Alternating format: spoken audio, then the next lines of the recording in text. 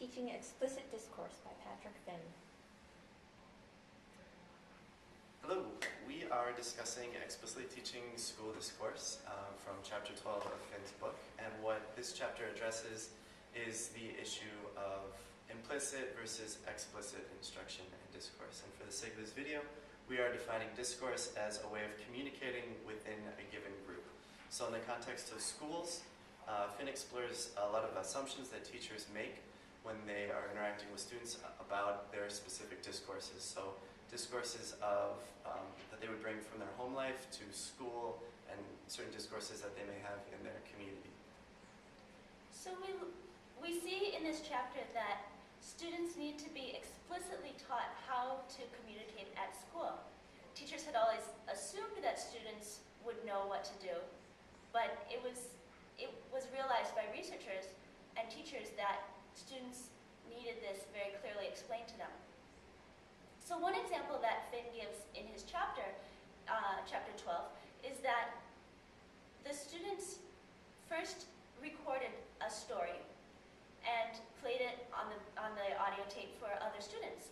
And their peers said, wait, what's this? Or, I don't understand that part, or what are you talking about here?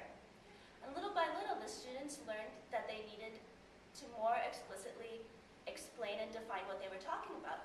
And they did revision after revision, and eventually this became written revisions. And as Finn states, the students became more explicit as others asked questions, and the writers became aware that there were details that people from other communities could not know. So one of the big results of this rethinking of assumptions and rethinking of discourses was that under the guidance of these teachers, students were able to take implicit context-dependent knowledge of home and community and translate into explicit content-independent categories and abstractions valued in schools. And this ultimately is empowering for students and for teachers. And what else?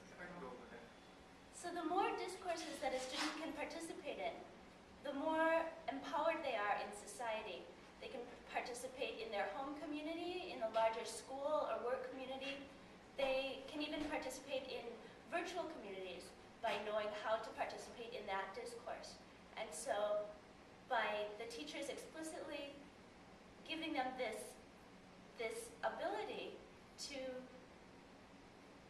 participate in all of these different discussions, it is very empowering for these children as they grow up and lead their lives.